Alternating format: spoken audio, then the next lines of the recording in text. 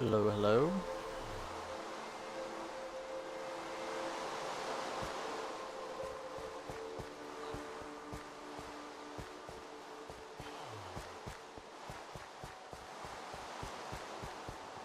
Just thought I'd make you guys a tutorial like I promised. Um, we're gonna start with something easier. Something on my skill level. It's not perfect. It's not the best, you know.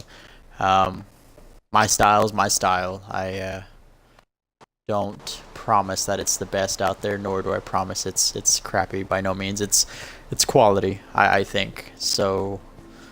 Uh, take that however you will. But we're gonna do Nordic medieval style houses the way I would. I know some of you are probably curious on how to go about building a house, maybe up to par with the rest of RP map. So we'll kind of get started here. I wish it wasn't getting so dark and rainy, but we'll come back to that. First, we'll pick a spot. Any spot. We'll choose a flat land just to be safer about it. Somewhere in the open, preferably. That way it doesn't confuse too many folks as to what's going on. It'll have to be a small house too, just to save some time and kind of get the point across to you guys that are watching. Let's see. We could probably set one up here at the intersection, yeah? Why not? Okay. So once you find your plot, you'll want to mark it out. I use rules of 3 normally, so, basically the rules of 3 are you place your log, skip 3 blocks in between. 1, 2, 3. Skip those, place another, and do the same thing. Not all houses are going to be like that I create.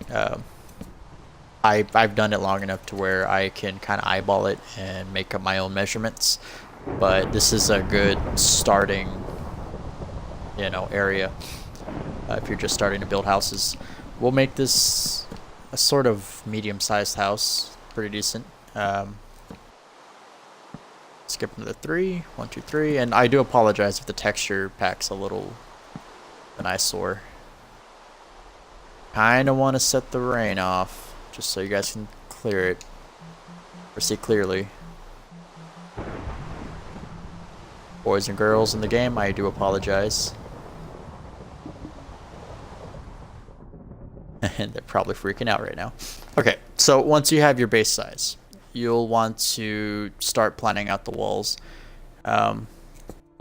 For me, personally, with the Nordic style, I prefer stone brick. It's a heavier material, so it's supposed to be a more grounded material. Now, you could use any other stone you want, but personally, for me, either cobble or stone brick would work best out of all the stone types, just because they're hardier. They would support the foundation a little more realistically. Now, the middle part is something you'll have to watch out for. If you want a low-hanging roof, then you'll count 3 blocks, I'm sorry, up, and you'll start placing your logs across. That'll give you that low roof, low ceiling feel when you're inside. When you look up, I used to do that a lot, but I've kind of evolved into 1 block higher. So you'll basically place down rows of 4. Oh, that was too high there. Rows of 4 across, and you'll kind of follow the same pattern. Burn through.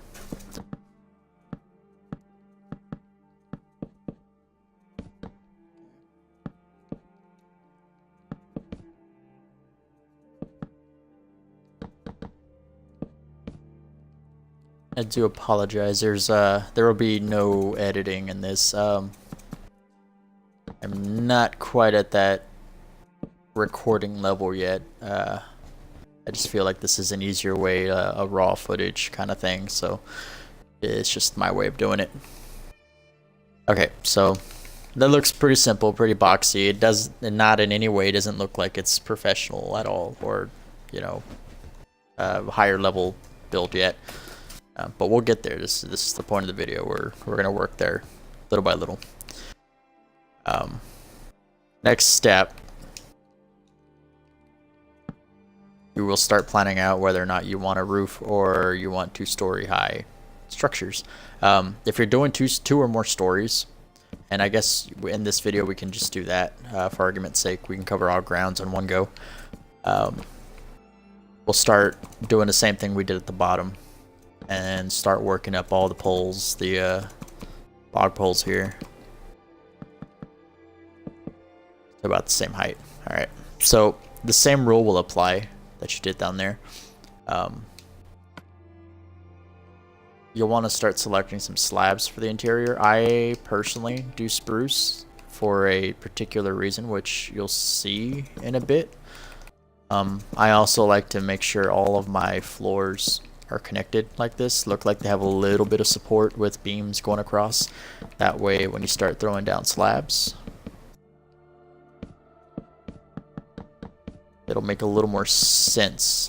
It'll feel like when you're down there below on the first floor looking up, it'll feel like you're I guess like you're walking into a more 3D, more depth, you know, more dimensional looking space versus, you know, a flat full block gap like that. Like this to me just it could use depth, and that's kind of what I do with the slabs. That's what I hope to achieve with that. Let's get rid of this.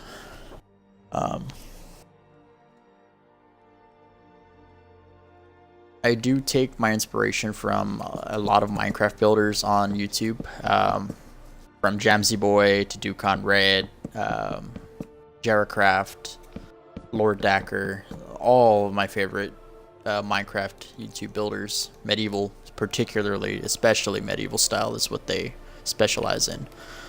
So if you guys are ever curious and want to evolve a bit further, I advise checking them out. You won't regret it.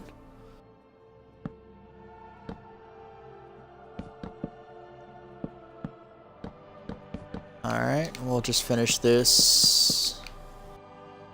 Okay, so yeah, sorry about that. There's a biome shift here with the nether when I was modding this world.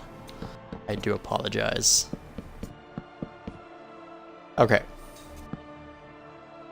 So we'll be running low on time in a bit, so we'll be cutting to another video shortly. But for now, okay. For now, we'll just continue. So before we start adding a roof and adding more to this box shape, we're going to start, and by the way, don't start the walls yet because the second floor will change dramatically, and trust me when I say that. So for the first floor, where the first and second floor meet, you'll want to put these sticky outy bits, as Jamsy Boy would refer to them. You'll place those just to kind of give it a more depth, add more depth to the build. And this is kind of the point where you can start deciding for yourself if your building will use overhangs. And I'll show you what that means. Overhangs are basically rooms or extra floor levels that hang over the first floor wall. So here's the wall, flat all the way up until this room. This room kind of juts out a little bit. It's getting really dark here, so that's kind of a disappointment. Lighted areas. Yeah, these will work better.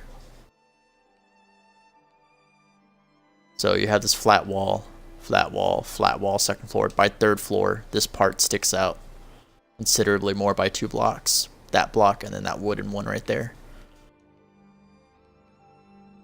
So that's what I mean by overhangs.